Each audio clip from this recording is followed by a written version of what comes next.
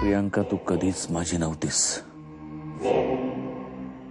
माझीच काय, तू कधीच कुणाचीच नव्हतीस. कारण तू कायम फक्त स्वतःचा विचार करत आलीस, अगदी माझ्यासारखा. पण माझा विचार करणाऱ्या फक्त दोघीच आहेत, आसावरी आणि शारदा. दोघींनी माझ्यावर अगदी सारखंच प्रेम केलं, पण मी मात्र दोघींच्याही प्रेमाला समजू शकलो नाही. आणि त्यामुळे शारदाला गमावून बसलो कायमच. आता ती पुन्हा माझ्याकडे कधीच नाही येणार. हो, पण आसावरी मात्र मला कधीही विसरू शकत नाही. रागावून गेली ती, पण तिला मी समजावून घरी परत घेऊन येईन. मला तिला भेटायला जावंच लागेल.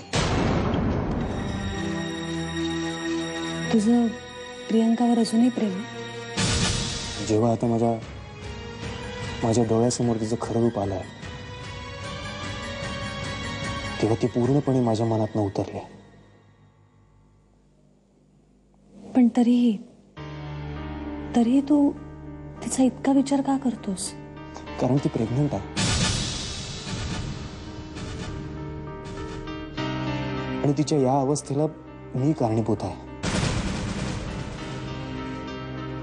तिच्या पोटात वाढणारं बाळ माझं हे ज्यावेळेला मला कळलं त्यावेळेला मी हबकलो. वरून सुभेदारांवर हल्ला करण्यात आला, जीव घेणा हल्ला. कोणीतरी त्यांच्यावर गोळ्या झाडल्यात. सुदैवाने त्यांच्या खांद्याला चाटून गोळी निघून गेली म्हणून ते बचावलेत. नाहीतर काही होऊ शकलं असतं. म्हणजे हेच की त्या हल्ल्यामागे हर्षवर्धन भोसलेंचा हात असू शकतो असा आम्हाला संशय आहे.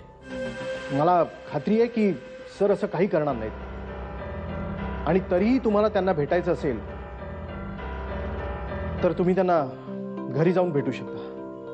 ठीक आहे, मग आता त्यांच्याशी बोलूनच काय ते क्लिअर होईल.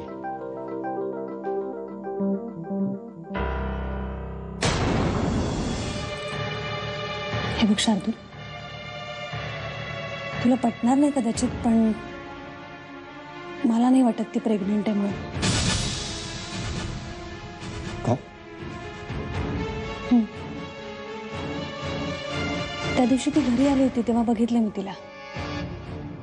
म्हणजे तिच्यावरून तरी असं वाटत नाही की ती प्रेग्नंट असावी. मॅडम, धोका टळलाय. ते शुद्धीवर आलेत. काय? Thank you so much doctor.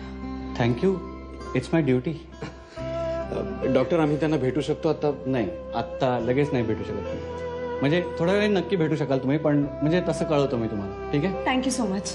Okay.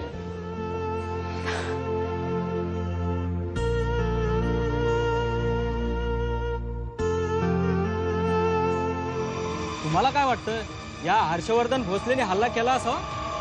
तसं आत्ताच मी काही सांगू शकत नाहीये, कारण त्याच्या जबानीतून तसं काही सिद्ध होत नाहीये. सध्या तरी तो हेच सांगतोय की मी घरी होतो, आजारी होतो, हॉस्पिटलाइज होतो. आता या सगळ्या गोष्टी विचारात घेतल्या तर असं वाटत नाही की त्यानं हे केलं असं. काय नाही हो साहेब, या सगळ्या मोठ्या लोकांच्या गोष्टी. स्वतः घरात बसून काम करून घेत असेल दुसऱ्याकडून. तसा एकदम आतल्या गाठीतला माणूस वाटला. शक्य आहे.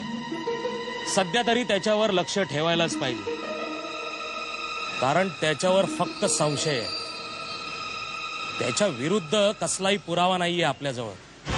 आणि जोपर्यंत पुरावा आपल्याकडे येत नाही तोपर्यंत तरी आपण काहीच करू शकत नाही. तुम्ही प्लीज काळजी घ्या आणि आराम करा.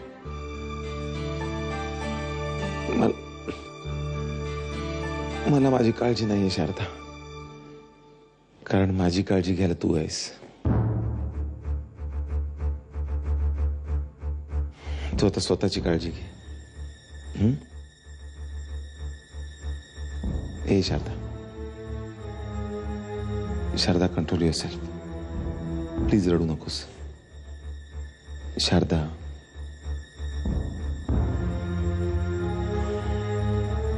मला माहितीये माझ्यावर हल्ला करणारा तूच आहेस, हर्षवर्धन भोसले. आता तुला मी नाही सोडणार.